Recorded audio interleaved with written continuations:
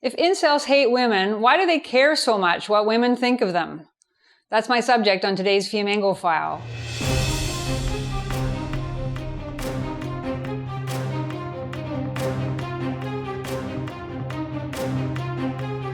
I'm Janice Fiamengo of the University of Ottawa. Many journalists have moved to pronounce on the reason why on April 23rd, 25-year-old Alek Minassian drove a van down Yonge Street sidewalks in Toronto, Canada, killing 10 people and wounding many more. We've been told it's misogyny. Alek Minassian reputedly posted to an online community that rages against women. An essay in the Canadian magazine The Walrus, while admitting that we actually know next to nothing about Minassian's motives, nonetheless used his murderous rampage to ask why there are so many angry young men out there. Quote, why is a viciously misogynist movement flourishing? The author gives a tautological response to her question-begging question, because we live in a misogynistic culture in which men, quote, believe that they should be able to do what they want to women, end quote.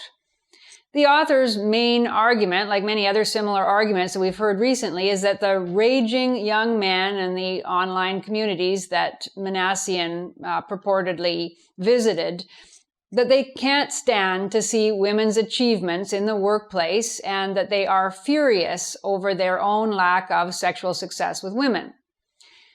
This is a predictably oversimplified and incomplete thesis.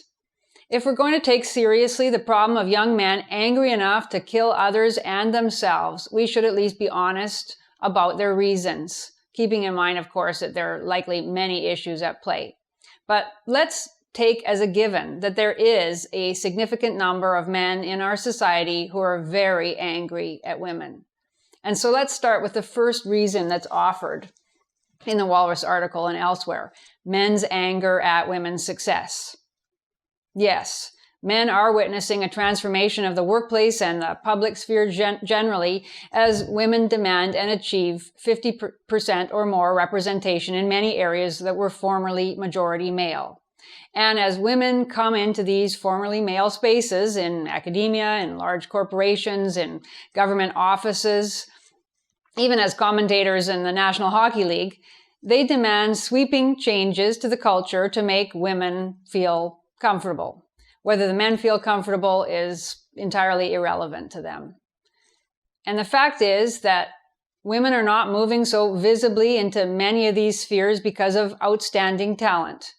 They're coming in by government and activist dictate through affirmative action measures to hire more women into the civil service, to get more women into STEM, to have more women on corporate boards, to have more female politicians, and so on. There's very little that's natural and certainly nothing gradual about what's been happening. It's been a forced phenomenon in which, in the name of equality, men have been deliberately, legally disadvantaged over the past 30 years, forced to watch often less qualified women hired and promoted ahead of them, while at the same time told that if they object to the clear injustice, they'll get a lecture on misogyny, if not a harassment charge that can result in their dismissal from their job. The author of the Walrus article mentions Marc Lépine, the killer of women at the Montreal Polytechnic, who explicitly claimed that he hated feminists for ruining his life before opening fire on female engineering students. It was said at the time that Lépine, who had applied to the engineering program and been turned down, it was said that he was angry that the school was actively seeking to raise the number of women in the discipline. I don't know if that's ever been confirmed, that there was a policy in favor of female engineering students, but I certainly wouldn't be surprised, as equity programs have been in place in academia for decades. Living under a system of overt, government-sanctioned injustice is not an excuse to kill women, of course. But if we claim to want to know what's going on, it's at least worth acknowledging that the festering resentment of some men has a real, not an imaginary source. Young men's embittered awareness that feminist activists and their political enablers created a problem of glaring injustice, and not only created it, but won't even acknowledge that it exists. That's not going to evaporate with further denials. The second big issue mentioned by the Walrus author is men's sexual frustration. And this is also a lot more legitimate than is generally acknowledged. There's probably always been a cohort of men who, for whatever reasons, have no access to women who are involuntarily celibate. Studies of human DNA have proved that only a very small percentage of the male population, actually much smaller than the female percentage, has managed to reproduce throughout human history.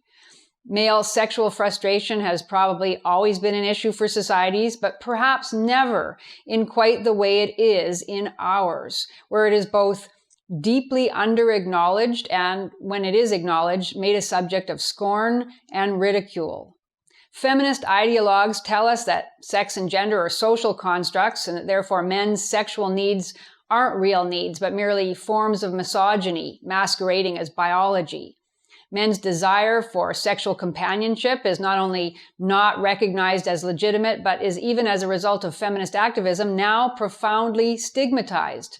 Men are scolded publicly for, quote, objectifying women, or for harassing women, for being sexual predators, or for feeling entitled to sex, for wanting to control women's bodies, and so on.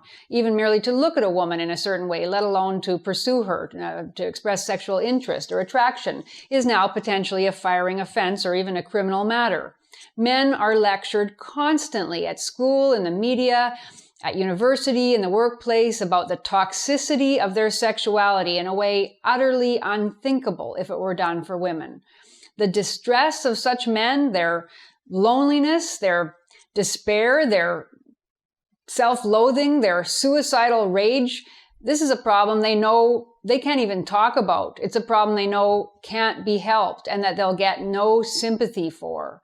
And moreover, women who can't begin to imagine what such frustration feels like mock and despise them for it. I'm not trying to justify the actions of an Alek Minassian or to suggest that the women he killed in any way deserved what they got, but I am saying that men's anger has a real source.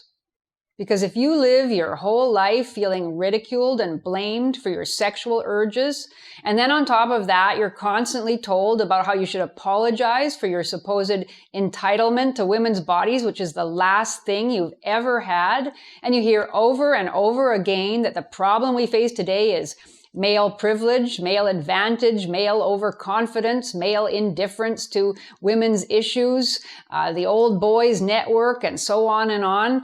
If you keep hearing that, it's not surprising that you're going to turn off in corrosive bitterness and despair. And to think that the answer is to keep on going in the direction we've been going, which means more unfair measures to advantage women over men and more lecturing of men about what misogynists they are, that's just pure foolishness. We already have an epidemic of men killing themselves. And we have a core of very angry young men who believe with some justification that nobody gives a damn about their problems. These men have lost motivation to contribute anything positive to a society that's made clear it doesn't care about them. We can keep on telling them that they're just too privileged, but they probably won't believe it. Thank you for watching. If you enjoyed this video, please support us on Patreon.